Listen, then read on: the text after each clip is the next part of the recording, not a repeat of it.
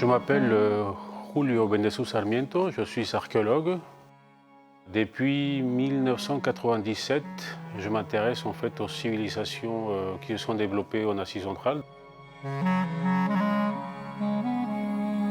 La civilisation de l'Oxus est une civilisation qui va apparaître en fait durant l'âge du bronze de l'Asie centrale, au 3e millénaire avant notre ère, et qui va finalement disparaître autour de 1700-1500 avant Jésus-Christ.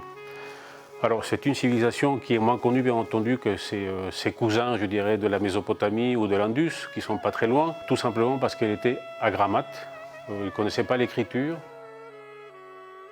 Cette civilisation va évoluer vers une hiérarchie sociale très complexe, une religion sans doute aussi, un rapport international très intense, de matériel en or, en argent, en lapis-lazuli, en cuivre, etc., qui va en fait se maintenir durant quelques centaines d'années pour commencer à décliner et enfin disparaître, sans parler de chute.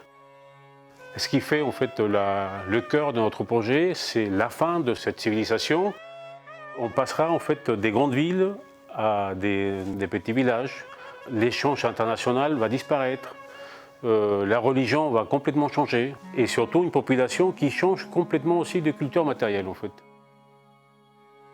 Sans doute, il y a eu un changement climatique qui a fait que ces sociétés se sont un petit peu dispersées.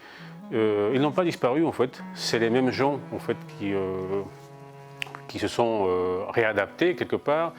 Et on sait déjà aussi par les études beaucoup plus modernes, en fait, notamment de l'ADN ancien, qu'il y a un mélange des populations, des gens qui arrivent, qui s'installent, qui repartent, etc. Donc du coup, les invasions qui ont pu détruire cette civilisation n'existent pas non plus, en fait, sans doute.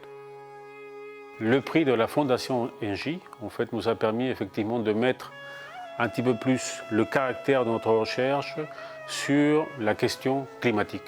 Donc on a été chercher effectivement des échantillons qui nous ont permis de constater que des cours de la rivière qui se retrouvaient pas loin du site de l'OUCDP avaient changé, de constater qu'effectivement nous avons une population qui s'est adaptée très bien en fait au changement, sans doute l'évolution climatique et surtout à l'évolution des cultures agricoles. Et les études d'ADN montrent également en fait qu'on a bien une base d'une population locale qui est là depuis l'âge du bronze, mais on a aussi en fait un apport d'une population qui vient aussi bien du sud, donc de la culture, de la civilisation de l'Indus telle qu'on la connaît aujourd'hui, mais aussi du nord, donc de la partie steppique, d'une culture qu'on appelle Andronovo au Kazakhstan actuel, et peut-être même de l'Orient plus loin en fait, surtout de ce qu'aujourd'hui est occupé par le plateau iranien.